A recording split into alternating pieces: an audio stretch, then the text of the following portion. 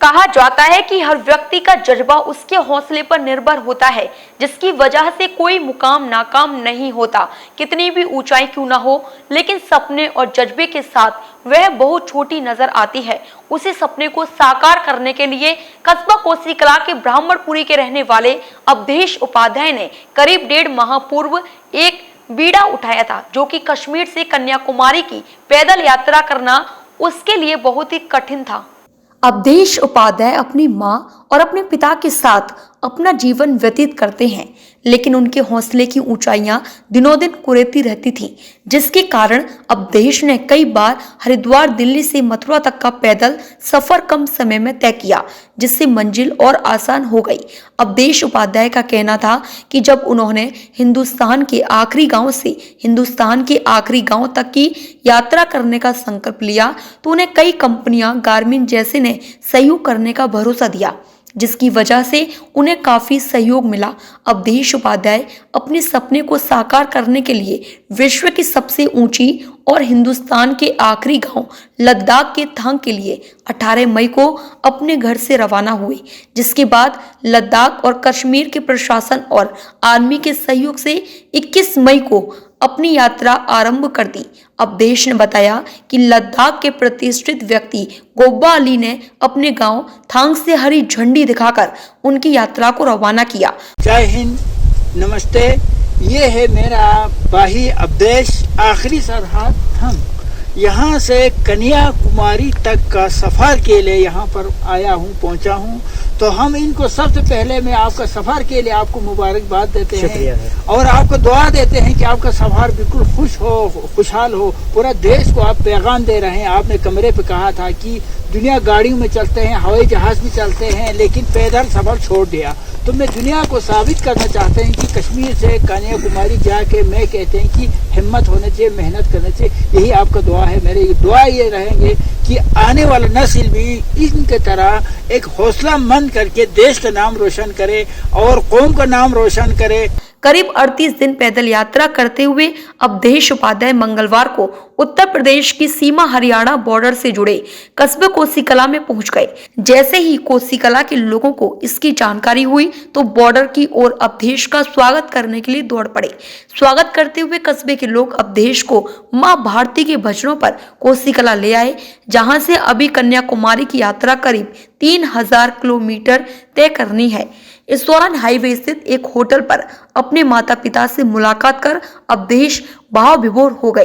तत्पश्चात मौके पर पहुंचे कस्बे के कई सामाजिक संगठनों जैसे ब्राह्मण सभा, अग्रवाल सभा, रामलीला संस्थान, भाजपा नगर कार्यकारिणी, नगर पालिका अध्यक्ष नरेंद्र कुमार, वरिष्ठ समाज सेवी कमल किशोर वासने, तरुण सेठ, कैबिनेट मंत्री प्रतिनिधि कर्मवीर चौधरी सहित दर्जनों लोगों ने फूलों का हार एवं माला दुपट्टा पहनाकर अवधेश का जोरदार स्वागत किया। इस मौके पर मौजूद सैकड़ों लोगों का कहना था कि कोसीकला का हिंदुस्तान के नक्शे में नाम रोशन करने वाला अवधेश कोसीकला के लिए एक छाप छोड़ने वाला है, जिसने कश्मीर से कन्याकुमारी तक का पैदल सफर करने का संकल्प लिया है।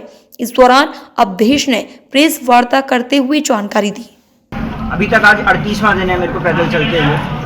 लगभग 1450 किलोमीटर की यात्रा होकर आज अपने नगर कोसीकला पहुंचा हूं, अपने जन्म स्थान।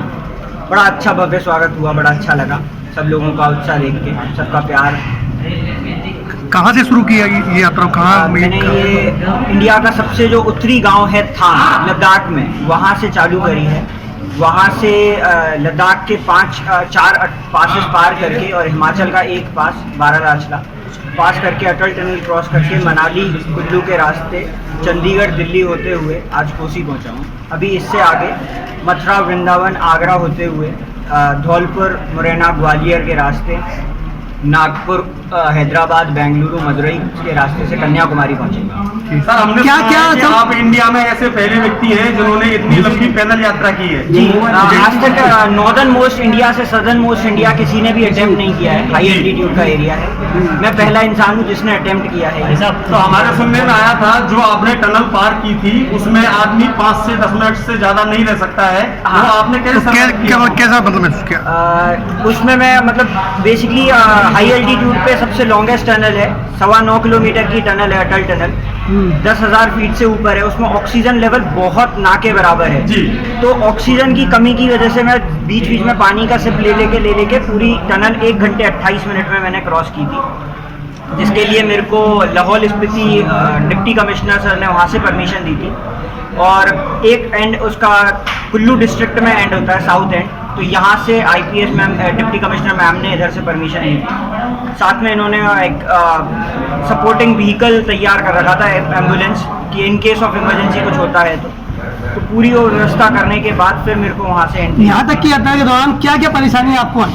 अभी तक मैंने मतलब पूरी खारदुंगला में जो हाईएस्ट मोटरेबल पास है, टेंगलेंगला, लद्दाख में -31 डिग्री में सर्वाइव किया था। उसके बाद नीचे जैसे ही मैं मंडी की तरफ, मनाली की तरफ, हिमाचल में आया, बिलासपुर में 49 डिग्री सेल्सियस, तो -31 से 49 डिग्री का जो एक ट्रांसफॉर्मेशन हुआ था, उसके बाद वो एकदम से आने में पैर में छाले वाले हुए, थोड़ा वो एक परेशानी थी। बाकी एक्सट्रीम सर्दी में वहाँ पे मतलब पानी भी नहीं था पीने के लिए, तो बर्फ़ को कलेक्ट करके पिघला के वो पानी पीना पड़ रहा था, तो वो एक सर्वाइवल था वहाँ पे। खाने पीने की जो समस्या थी वो कहाँ से पूरी? खाने पीने का ऐसा था, बेसिक इमरजेंसी का सामान मैं अपने साथ लेके चल रहा था, जैसे मैगी हो गई, बिस्किट, नमकीन, दूध, ड्राई फ्रूट्स, ये सब। बाकी इंडियन आर्मी का पूरा सपोर्ट रहा था, जगह जगह पे पूरा इंडियन आर्मी ने पूरा मतलब लद्दाख से लेके मनाली तक पूरा BRO के कंट्रोल में रहता है एरिया। वहाँ पे BRO ने और सियाचिन वॉरियर्स ने पूरा सपोर्ट किया है, जगह जगह पे मेरा मतलब जहाँ जहाँ पे भी आर्मी के डेट्स थे वहाँ पे सब लगा स्टे मेरा अरेंज कराया, फूड अरेंज कराया इंडियन आर्मी ने।